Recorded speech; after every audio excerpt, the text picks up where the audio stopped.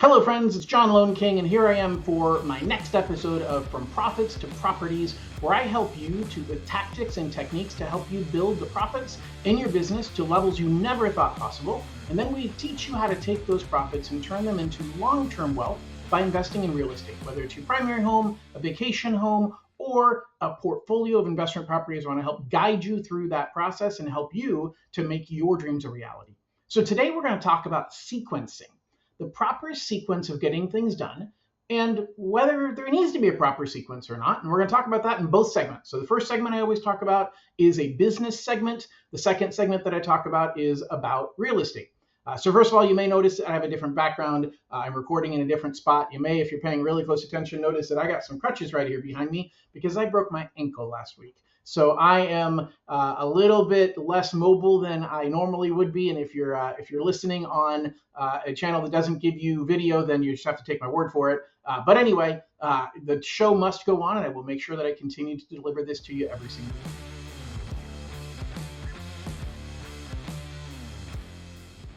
Sequencing is something that is really about the order in which something happens. And in business, you might have a process. It's an assembly line where something happens in a particular order. And obviously, you can't paint the car before you put the body on the car because there's no body to paint. You can't have you can't fill the tires before the tires have been mounted onto the rims. And so you have to have a certain order of operation. Those are obvious orders of operation. But there's a lot of things, especially around the sales side of things, that aren't so obvious, that people don't really understand that there is a proper sequence. Now, that doesn't mean that you must stick to that sequence, but you have to understand that there's a right way and a wrong way of going about doing things, very much like dating. So I don't know if I've said it on this podcast before or not, but I think that in sales, a lot of what you're doing in sales is building relationships with people. And there's a lot of similarities to dating. Now, I've been happily married for 26 years. Thankfully, have not been in the dating world for a long time and don't ever plan on being back into it. But the concepts, I think we all understand. And there's a certain sequence in dating. You don't go out with somebody on the first date and you say, hey, before we go home tonight, let's head up to Reno and grab a hotel room and spend the night.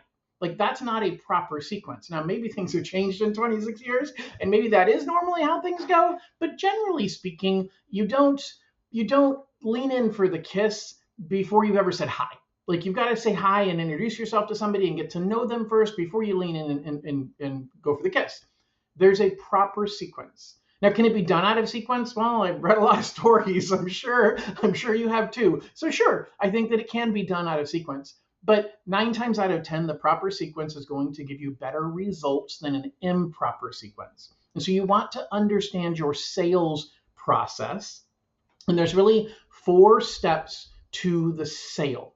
So I've been taught a long time ago, the 4 steps of the sale are initial contact. So that is getting the person's contact information, getting a hold of them, reaching out, connecting with them, making that initial contact. Okay. The second step to the sale is building rapport. Clearly, you can't build rapport before you've made contact. So you have to start at the beginning of the process and make contact with people. You have to have a hook, a reason to get them to want to talk to you, but you don't want to be necessarily overly aggressive in that hook either. Now, again, lots of different things work, but you want to figure out who's your target client and what is their temperament? What are they looking for? And remember, there's somebody out there for everybody, both in relationships and in business, but you have to figure out, is that the niche you want to chase? You could be super specific about who you're chasing. And I'll give you some examples. If you are very vocal about your religion and religious beliefs, or very vocal about your politics and political beliefs, you are going to attract a lot of people who agree with you, but you're going to repel a lot of people that don't agree with you. And so you have to figure out, what's my strategy?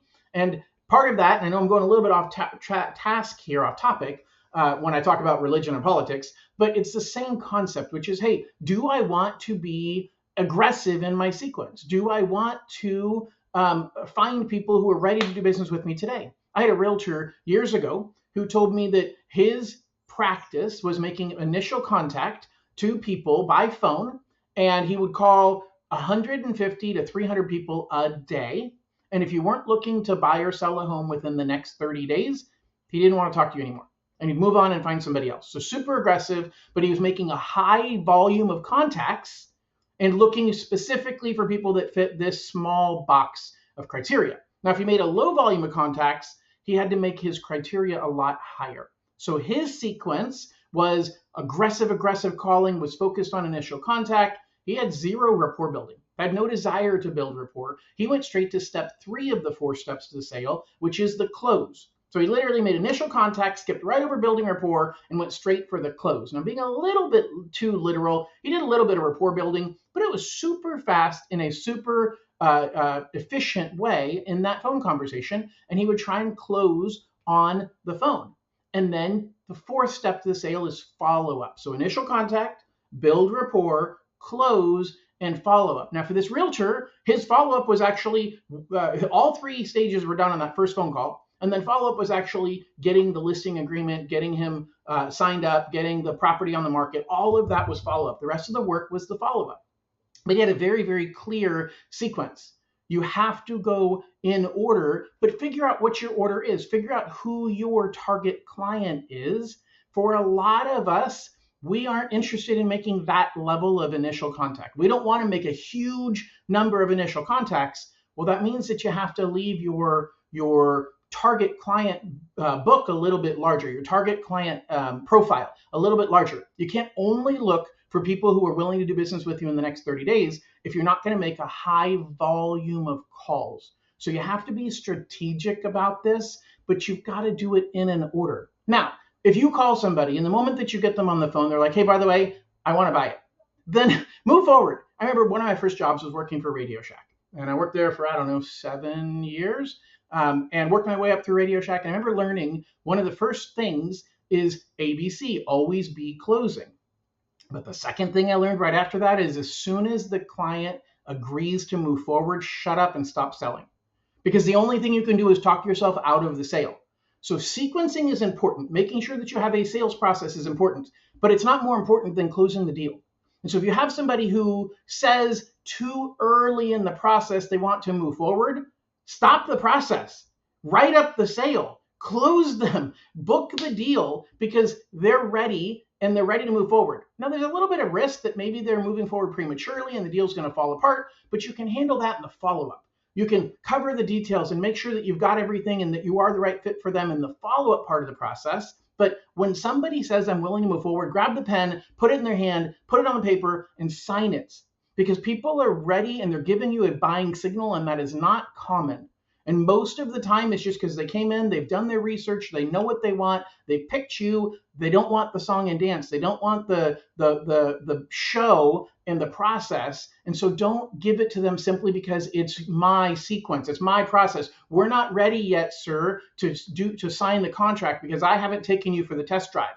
I really don't want a test drive. I know, but I don't sell cars to people unless they test drive them. Great, then I'll go buy it from somebody else who's willing to sell me the car. I know what car I want it. Please write it up. Like, don't get too stuck in the sequence, but understand that you need to have a process. Don't wing it. I am the winger of all wingers, okay? And I have to stop and say, I need a process. I need a flow. I need to make sure I'm covering the things that I'm supposed to cover. So make sure that you have a sequence in your business, okay? Sequences are critical, especially in the sales process. Manufacturing, all that stuff, it's obvious there's a sequence, but in the sales process, it isn't so obvious. Make sure you have a sequence. All right, so we're going to pause for a quick second for a short commercial. We're going to come back and I'm going to talk about sequence of buying and selling a home at the same time.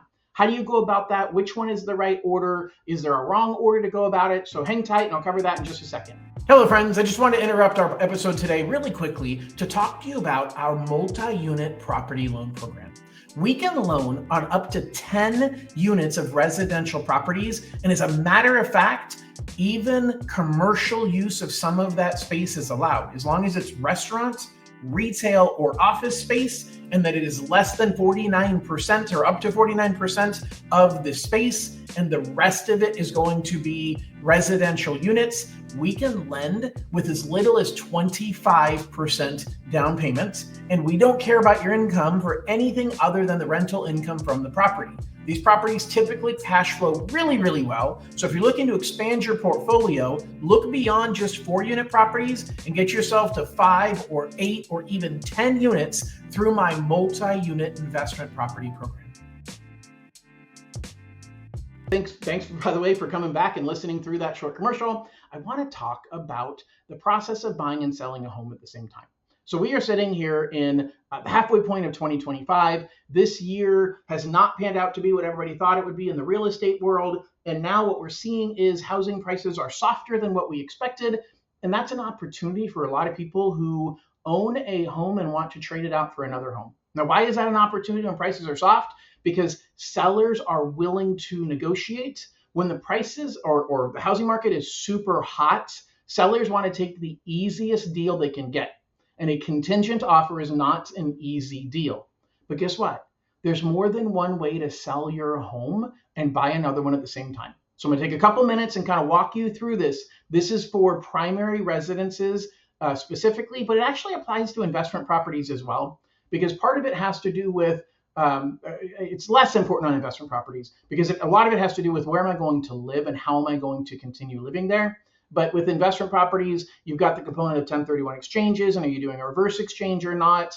So it does apply somewhat to that, but I'm going to focus today mostly on primary residences. For a lot of business owners, as you're growing your business, you've got a smaller home, that starter home, and now you've outgrown it. You're at the point, especially the way the economy has gone and the cycles that we've gone through. If you've grown your family or grown your net worth anytime in the last 3 years, you probably weren't in a position that you wanted to buy something else because rates have grown significantly. And so whether you want to move to that nicer part of town or you want to buy that bigger home, it just wasn't feasible because interest rates had skyrocketed so much. Well, guess what? Interest rates are still super high, but you now have the opportunity to negotiate. You have the opportunity to get into contract and find that home in that neighborhood that may not have been for sale very often, or when it does go for sale, everybody is buying it. And you have a huge amount of competition. Right now, if you are looking in a specific neighborhood, if you're looking for a particular home in a particular part of town, in a particular school district that doesn't come up very often, now is your time to be ready to pull the trigger to make that move. And you got to be prepared because you can't sell your home first and be homeless while you're waiting for that house to come on the market. Now, you might say, John, obviously I don't want to do that, but the truth is, to have the best chance at getting that next house, you need to be non-contingent. So you can sell your home first and be non-contingent, but now you might be able to get a rent back from the buyer, but this is not a seller's market in most cases. So your ability to get a rent back has decreased significantly. So we're left with two other options: buy and sell at the same time, or buy first and sell later. Buy and sell at the same time is the common answer. That's what most people think they're going to do is fine. I'll wait until that perfect house comes on the market. Once it does, I'll write an offer on it, and then I will list my house for sale. But if that house is a great house, maybe you won't have a whole bunch of people offering on it, but you're probably going to have a few. And if anybody else is non-contingent, the seller is more likely to take their offer than yours, which means you need to look at scenarios, the sequence of buying first and selling after. Well, what's the problem with that? The problem with that is a couple of things. How do I afford 2 mortgage payments? And where does my down payment come from? Now, depending upon your level of income, some people, hey, on paper, I can afford 2 mortgage payments. Okay, that's cool. But now you got to figure out where your down payment is going to come from. For other people, it's the opposite problem. Hey, I've got money for a down payment. I can borrow from my 401k and pay it back later, but I can't afford 2 mortgage payments. And then there's a few people who have both problems, and there's other ones that, hey, you are in great shape and you can make this happen. So if you have the income to pay 2 mortgage payments and you have the down payment to come up with it, you can disconnect now and stop listening because there's nothing more for me to teach you. But very few of you are in that place. Many of you either have one or both of those issues. And so there's a couple of strategies we can employ. First of all, we can use, if the issue is down payment money, we can use a bridge loan on the house you're moving out of. So therefore, we can tap into the equity on the house you're moving out of. You make no payments on the bridge loan, but you still have to make the payments on the actual mortgage, the first mortgage of the house you're moving out of, and the mortgage on the house you're moving into until you sell the old house. So there's a newer option, which is there are companies who do buy before you sell programs. And those companies will basically, I don't want to overcomplicate it, but basically they write an offer on your home and they say, I will give you 6 months to sell your house. And once your house, if you don't sell your house, I'm going to buy it from you for this low price. Now, it's not a price you're going to want to sell it for. It's typically about 80% of what your house is actually worth. But the truth is, if your house is worth $1 million and you can't sell it in 6 months, then it wasn't worth $1 million. And you say, well, yeah, but I still don't want to sell it for 800. Awesome. Then lower the price. Lower it to 950 in a month or two. And if that doesn't sell, lower it to 900, and then lower it to 850, and then lower it to 825. If it still doesn't sell, the truth is 800 might have been a good deal. And you might actually be getting more for the house than what you would have gotten through this company that put that guaranteed offer. But what they're actually doing is by doing the guaranteed offer, they're making your sale non-contingent. Because in the lending world, they get to ignore the payment on that house because you have an offer on it that is a binding offer that somebody's going to buy that home. So I don't have to count that payment against you. You're like, yeah, John, but you still haven't solved, that's a qualification issue, but you haven't solved the problem of me writing a check every single month for 2 house payments, and you haven't solved the problem of my down payment. But that company actually does both. So they actually set aside, they loan you money as a bridge loan that you don't make any payments on. Part of the bridge loan goes towards your down payment and closing costs on the new house. Part of the bridge loan is held in an escrow account to make 6 months of mortgage payments on the house that you're moving out of. So you don't literally have to make any payments on the house that you're moving out of. So you literally get qualified for this program.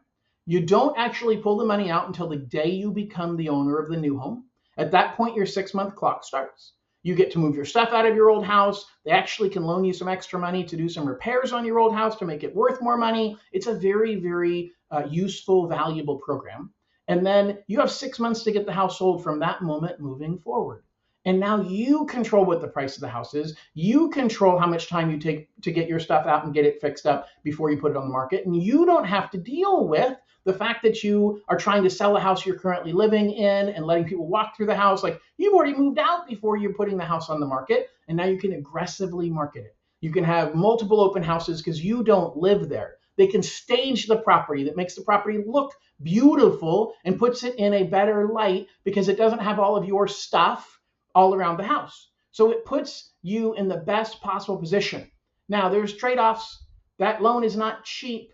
You don't have to sell them the house for $800,000, but you do have to pay the cost of the bridge loan, and it's one of the most expensive bridge loans. Why? Because it's the biggest, most flexible option they're giving you. They're covering the monthly payments. They're taking all of the risk on this. If the house really isn't even worth $800,000, they're guaranteeing to buy it from you for $800,000. Now, they don't want to buy your house at all because they know if they're buying your house, they might be paying too much for it. But their business model is such that they're taking that risk, and so the cost is going to be higher than a traditional bridge loan. But it gives you the most amount of peace of mind, the most amount of flexibility. And so it's about the sequence that works for you. And most people think there's only one sequence to get this done, which is you buy and sell at the exact same time.